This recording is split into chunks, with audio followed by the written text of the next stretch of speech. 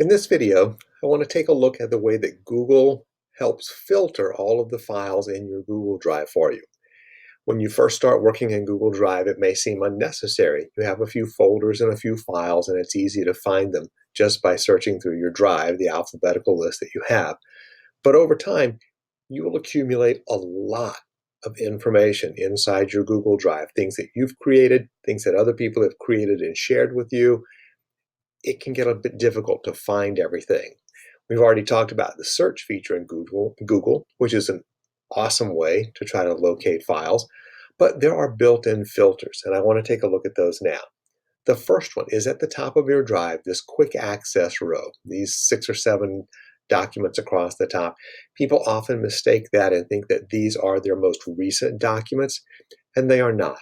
This is a combination of things that you've worked on recently, combined with things that you've worked on often, combined with things that you have shared with other people, but that they have worked on recently, even though you haven't. So you'll see I have a mix today of things that Chris has edited, things I've worked on in the past month, and then things I've worked on today. Google is just trying to bring to the top things that it thinks I may be looking for today. And that's very helpful sometimes. But there are other filters. So let's work our way down the side over here to shared with me. These are all the files that have been shared with me by someone else. Again, there's a quick access row across the top because these are things that have been worked on recently. But there will be a very long list of things that have been shared with me.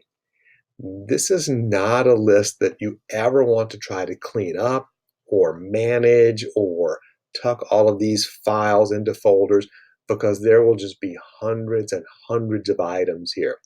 So the trick with shared with me is if someone shares something with you that you need access to, you're going to want to right away mark that in some other way. Right-click it and move it into your drive, right-click it and add it to starred.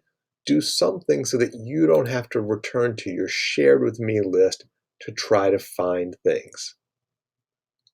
We'll talk a little bit more about that as we look at where those things might show up. As we continue down the side, recent. Now, this actually is the list of the files you've worked on most recently. So if you are looking for something you worked on earlier today, this is one way to find it. If you know you worked on it yesterday, you can scroll back and look at all the things that were worked on February 3rd.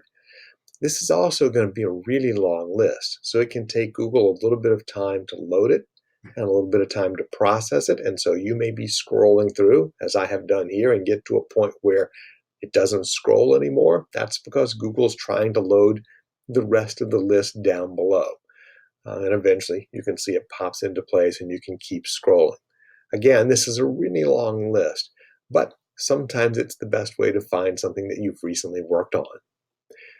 The next filter is starred. Now, this is not a list that Google creates for you. This is where you can put the things that you want there.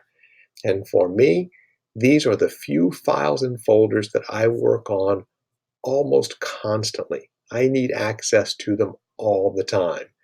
And so I put a star beside them. When I'm working on a file or a folder, if I right-click on it, one of the options that you have is to, well, if it wasn't already here, it would say add to starred. And so I add it to my starred list. That way I have a really quick way to just click on starred and find the things that I work on almost constantly. Now, when the year 2019, 2020 is over, I'll remove this from my starred list. It will still be in my drive, but I just don't need to access it all the time. I'll replace it with the folder for next year. Let's move from starred onto the next filter. This is one that Google creates, and that's your trash file. When you remove something from your Google Drive, it goes into the trash. The trash does not delete. It's just there unless you choose to empty the trash. And I'm not going to empty the trash because Crack gives me unlimited storage. So anything you've thrown away, if you realize you threw away something that you need, you can always come here and bring it back. And that's a nice feature of Google as well.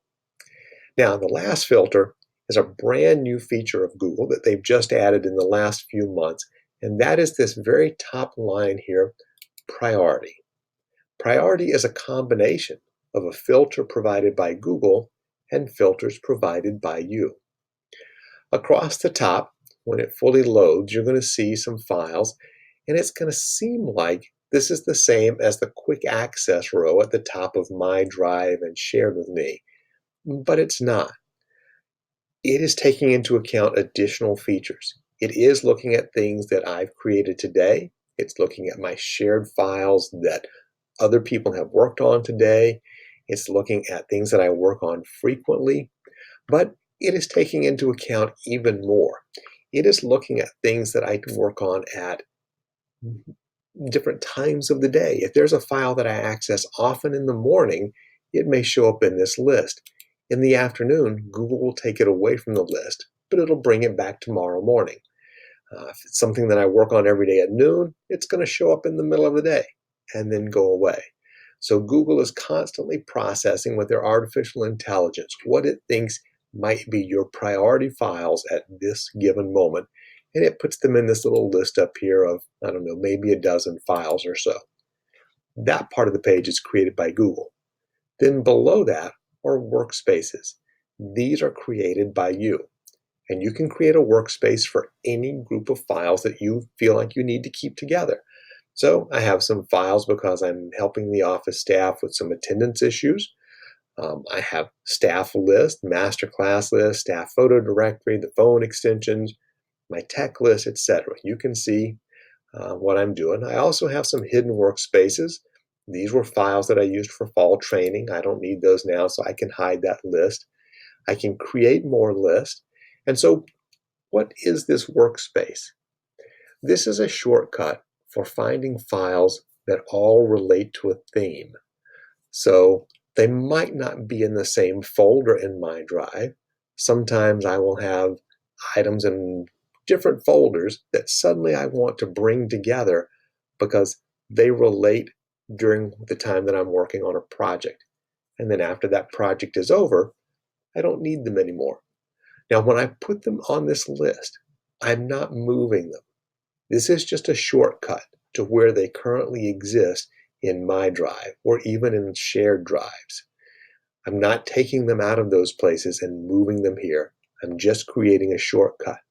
So for any workspace that I have, I can open it up and add files, and I can add any files from my drive or from our shared drives. So those become available to me, and I can add them to this list. You can add 25 files to any individual workspace. Once you finish with the project, you could delete the workspace if you wanted to, or you can just hide it down below if you think you might want to come back to that list later. And I do have a training later in the year where I'm going to use some of these same activities, so that's why I saved that list for now. So this is also a filter that I return to quite frequently because I use these files all the time. So different ways to access the items in your Google Drive, the different filters that you can create or that Google creates for you. And you'll use a combination of the starred and the recent and the priority, and that's fine. That's the whole purpose. Use what's working for you in the moment in the different ways that you create your activities.